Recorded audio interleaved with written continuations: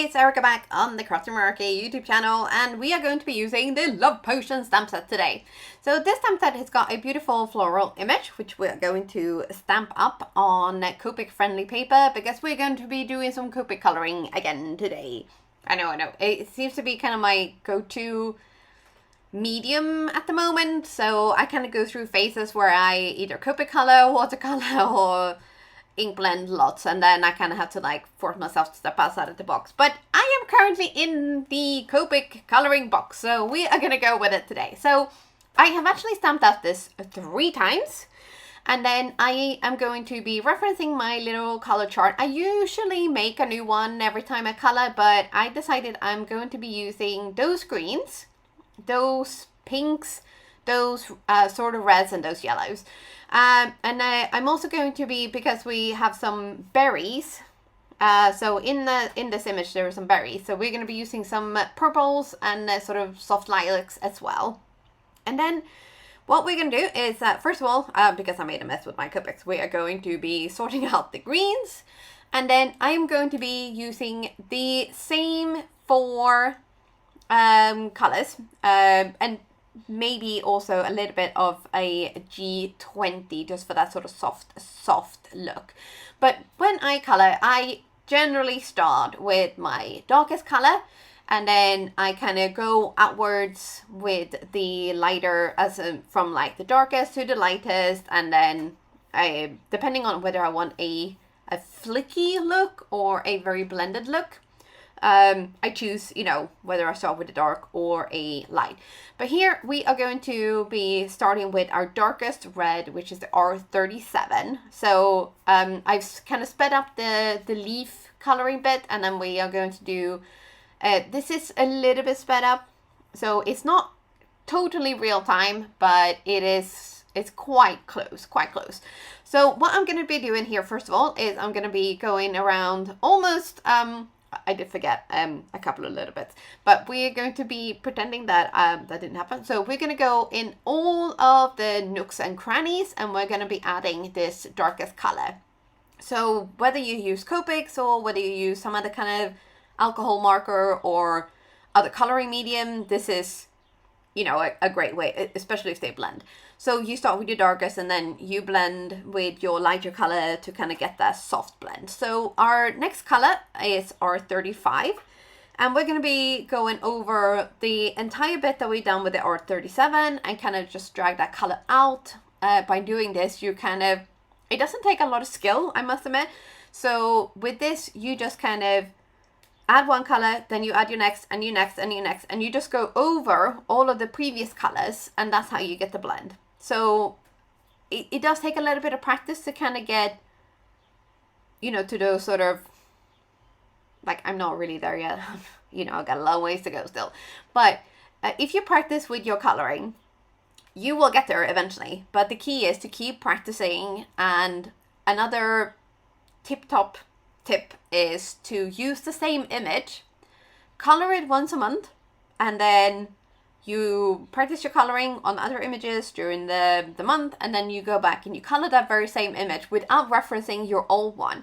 Then when you finished, you'll go back and you compare it with your sort of last colored image, or even if you've done a couple, and then see your progression. It's a great way of keeping kind of track of where you're at, what you might need to do to kind of step up your coloring game.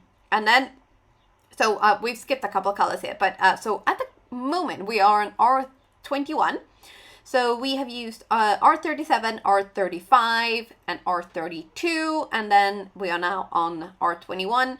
Then I will be adding in a little bit of R20, and then we're going to go back with a little bit more of R21, just to kind of like get that blend and those sort of different highlights and not lowlights, but highlights and lowlights, and to get a little bit of life into your image. Now, another way of sort of stepping up your coloring game is to use colored pencils on top of your Copic coloring or alcohol marker coloring. But I am not going to be doing that today. No, we're just going to be doing the actual coloring. And here, you can see here, I'm back to the R21, and we're just going to fill in those like little gaps here and there, and sort of see, are we happy with this? And yeah, we're quite happy with that. Quite happy.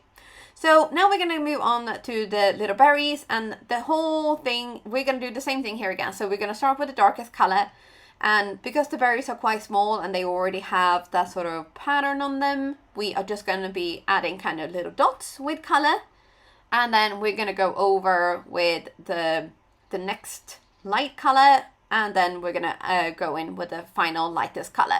So depending on how big your coloring selection is or marker selection, you know, you can use anything from 2 or 3 to 5. I have been known to use quite a few, up to 6 on one tiny image. So you don't necessarily have to have lots, but I like having lots, and I've been collecting Copic markers for years and years. I think it must be coming up to like 9 years now. Yeah. So I have almost all of them, but I just still don't have a full set. So at the moment, I'm quite happy with the ones that I have. So I don't really feel like I need to extend even more. But you can see here we hopped into a bit of a time lapse, and here is the final coloring. So we're just gonna pause here for a second to see. So if you want a more kind of detailed and blocky look, you can just go back in with your darkest color, could kind of add that sort of depth and contrast and stuff. And then we're gonna color our bottle here.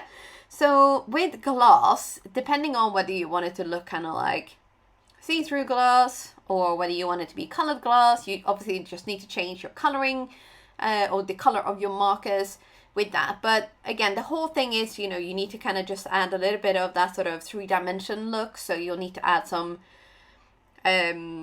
what's the word I'm looking for? Contrast and details and depth and definition to your images. And the way you do that is by having a dark color, a couple, 1 to 2 medium shades, and then a really, really light shade to kind of blend it all together. And don't be afraid of going back in and adding more depth or darker bits, because sometimes it really is that tiny bit extra that will just really take your coloring over the top.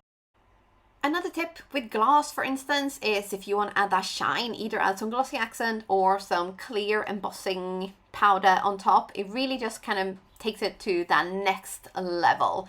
And for this card, I'm actually going to be adding quite a lot of glossy accents to that bottle, just to kind of really make it look like it is real glass.